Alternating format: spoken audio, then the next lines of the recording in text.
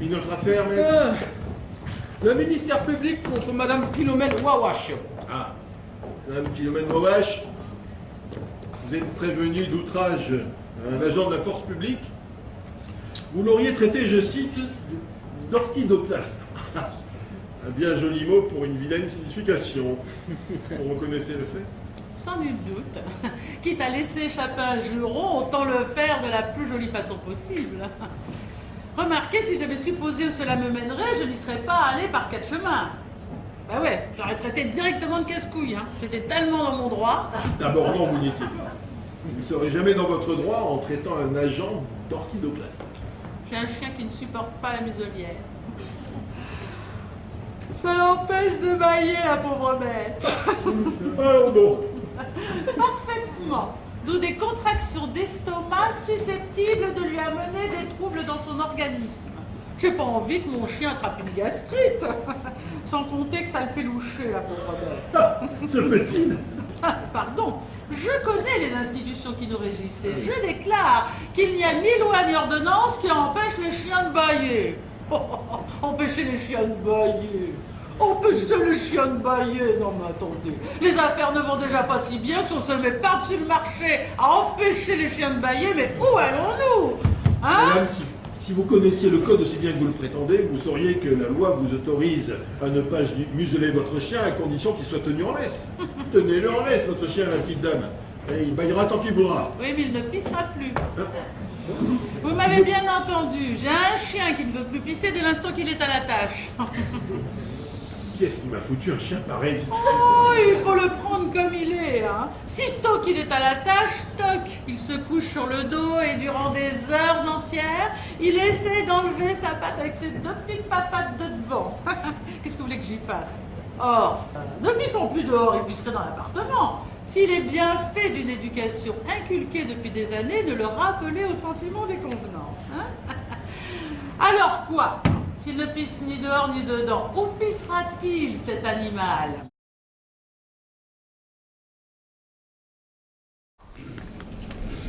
Il a osé partir sans moi.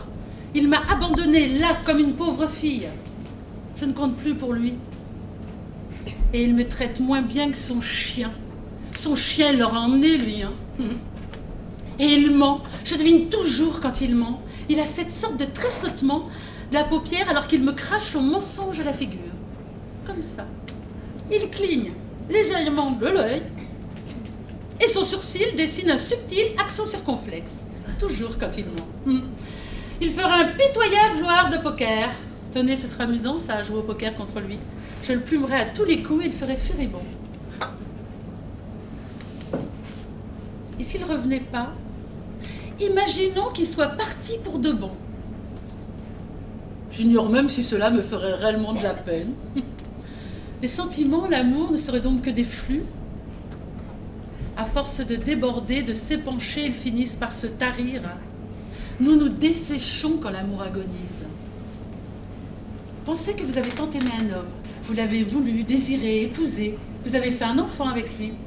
Et quelques années plus tard, il vous indiffère. Enfin, pas tout à fait, mais presque. Vous pensez le connaître parfaitement. Vous anticipez ses réactions, vous prévoyez ses répliques à la virgule près. Vous le connaissez tellement. Sa tête au réveil, au coucher, sa façon de marcher, de boire, de rire, de sourire, tellement que vous ne prenez même plus la peine de le regarder. Vous ne l'écoutez plus non plus. Quand il parle, sa voix fait office de fond sonore. Vous interceptez les variations de ce ronronnement familier. Elle vous indique son degré de contentement ou de tristesse, de calme et de colère. Et cela vous suffit amplement. Peu vous importe les paroles qu'il profère. Elles n'ont qu'un intérêt relatif pour vous. Terrifiant, fatal, inévitable. Pendant un temps, vous vivez, vous survivez. Dans ce no man's land, ce désert affectif, cette solitude à deux. Les mois passent, les années souvent. Puis un jour, vous croisez un nouveau regard. Un regard qui vous trouble, vous chavire. Un autre homme.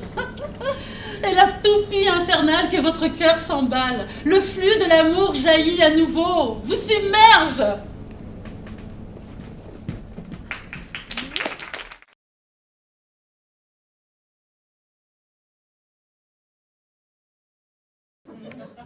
Être ou avoir été, dit justement Shakespeare.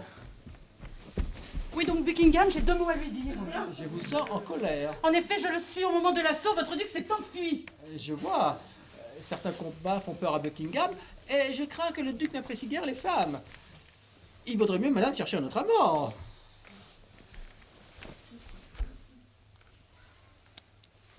Voudriez-vous, Milord, vous mettre sur les rangs? Mais non, n'allez pas croire. Dommage, car je pense que vous devez avoir une certaine expérience. Certes, mais je suis vieux et laide, belle Margot. Je demande pas aux hommes d'être beaux, Quelle heure demandez-vous? d'être doux, attentifs. Les jeunes gens, souvent, s'avèrent bien trop vifs, alors qu'un homme mûr sait prendre tout son temps. C'est souvent qu'il ne peut guère faire autrement.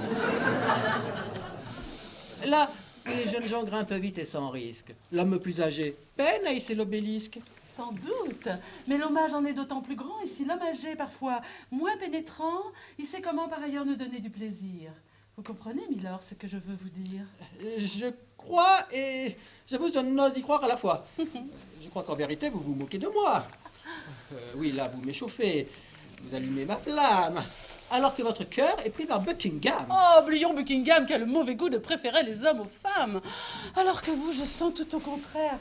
Pour notre faible sexe, un goût ordinaire. Vous ne croyez pas si bien dire en vérité. Et si vous assistez? J'insiste. Oh, vous me tentez. Oh, laissez-vous faire, Milord. Oh, c'est inattendu. Sir Andrew! Oh my God. Le roi a disparu! Oh my lord, I'm sorry. Peste de Buckingham. Oh.